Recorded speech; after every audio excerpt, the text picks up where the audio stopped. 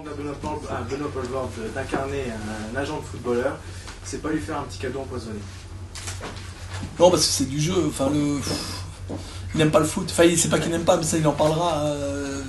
Dan et le foot, c'est deux choses différentes. Mais c'est peut-être ça qui est bien, parce que justement, il y avait une virginité par rapport au sujet. Donc, je pense qu'au départ, même, j'avais été demandé à la télévision belge d'enregistrer toutes les scènes où on voyait Raymond Goethals depuis 20 ans. Parce que pour moi, c'était une source d'inspiration. Et dans ses attitudes, on le voit en finale contre Marseille, tout ça. Donc j'avais fait toute une collection d'extraits et tout, et j'ai voulu lui donner. Il m'a dit mais non, laisse-moi, je préfère m'inspirer librement du personnage.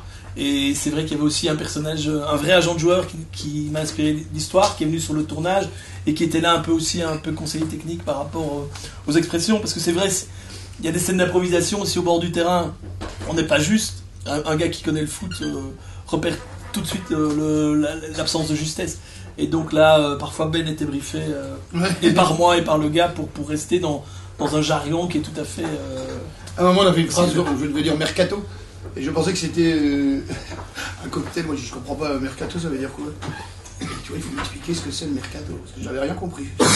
Parfois, j'ai l'impression de parler du mandarin, quoi. Je dis, il faut que tu me dises ce que ça veut dire, parce que je comprends pas. Et ça va mieux depuis? Non, j'ai tout oublié. Mais ouais, par exemple, parce que j'avais raison, sur le bord du terrain, j'avais qu'une seule phrase. On ouvre le jeu! À un moment, il me dit, ça suffit, tu vas arrête de dire tout le temps, on ouvre le jeu. C'est tout ce que j'avais retenu, on ouvre le jeu, on ouvre le jeu!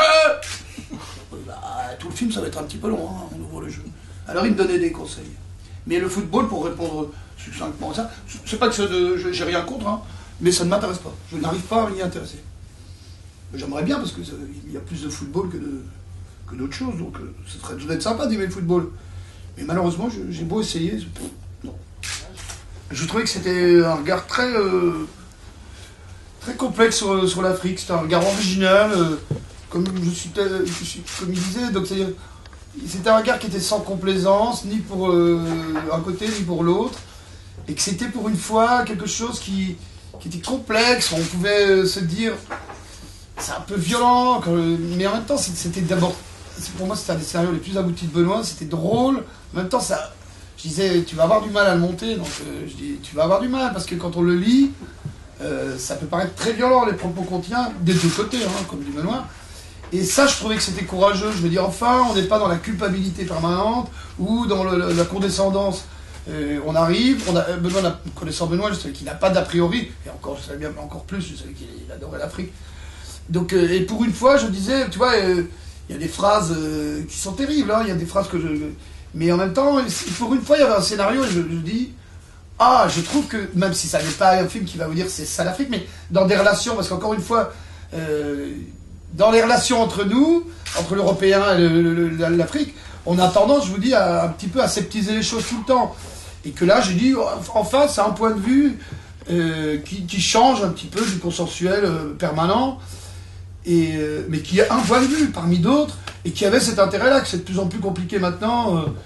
Il y a toujours une sorte de bonne conscience du scénario, parce qu'on sait que les gens qui vont le lire vont dire, attendez, ça peut pas finir comme ça, on peut pas dire ça. Et je me suis dit, ça c'est couillu, on va le faire. J'ai relu un interview de Philippe Seymour Hoffman, et il disait, ça ne me gêne pas de jouer des gens assez méprisables ou dégoûtants. Moi, je trouve que ce qui donne pour un acteur, c'est l'ambivalence, justement, c'est ce qui rend l'homme intéressant. Tu te dis, est-il vraiment si méchant? Est-il vraiment si ignorant des choses? Est-il vraiment si profiteur?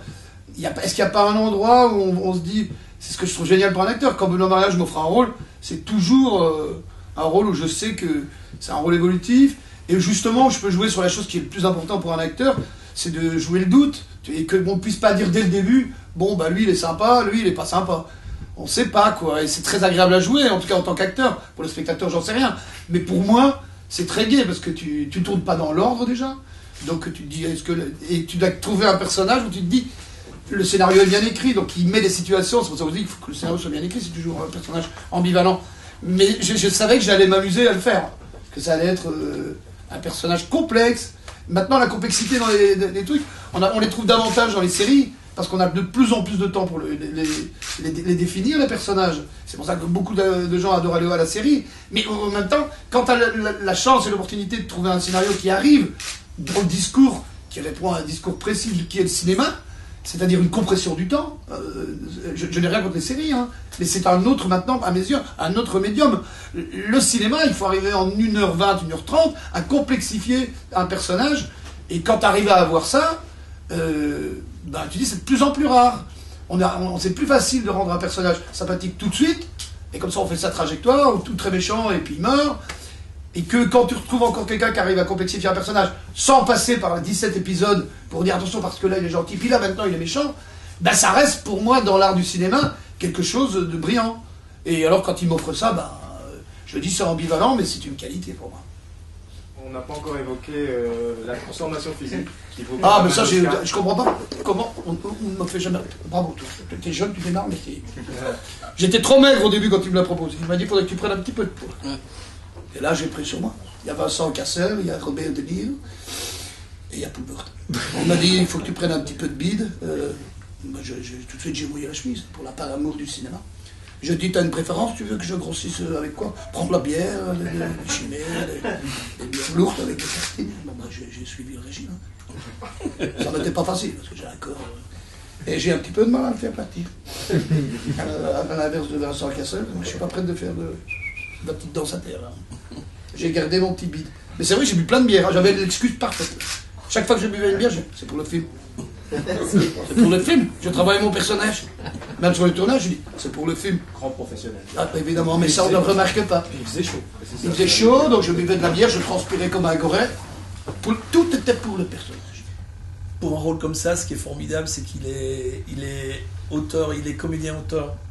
Parce que c'est vrai, le scénario est très écrit, mais il a toujours cette plus-value qui fait que ça dépasse aussi l'écriture et qu'il a cette palette, quoi. Maintenant, à 50 ans, pour ce personnage, il fallait la drôlerie, il fallait l'extravagance, il fallait la démesure, mais il fallait aussi toute la blessure, il fallait toute l'intériorité. Et de toute façon, je me dis, je prends un Belge parce que je voulais vraiment que ce soit un agent belge. Et je n'ai pas imaginé une seconde prendre un Français pour faire le rôle. Et donc, oui, pour ce rôle-là, il y avait toute la palette. Il y avait toute la palette de l'homme de 50 ans de ce côté, dans cette gouaille, dans cette tendresse et dans cette fêlure. Qui d'autre aurait pu faire ça, quoi. Et alors cette création, parce que c'est Nick Talot, c'est lui, souvent dans mes films aussi, il y a beaucoup de choses, c'est aussi une grande leçon d'humilité, parce que les amis me disent super ta vanne que tu as lâchée là, et c'est souvent un truc de bête, donc voilà, ça me plaît bien aussi, ça me permet d'être aussi en spectateur au moment où je tourne, parce que c'est pas en vie 2 ans avec un scénario, c'est ce qui est dur, hein, c'est entre le désir et la réalisation du désir au cinéma, c'est compliqué. Et je crois que c'est un truc qui me plaît énormément avec Ben, je sais que le scénario va être de nouveau, enfin, ça va être encore autre chose, quoi. Enfin, autre chose, ça va être... j'aurai un... Comment? Je vais titiller par ce qu'il fait. Il va pas s'attacher au texte, il va magnifier les choses.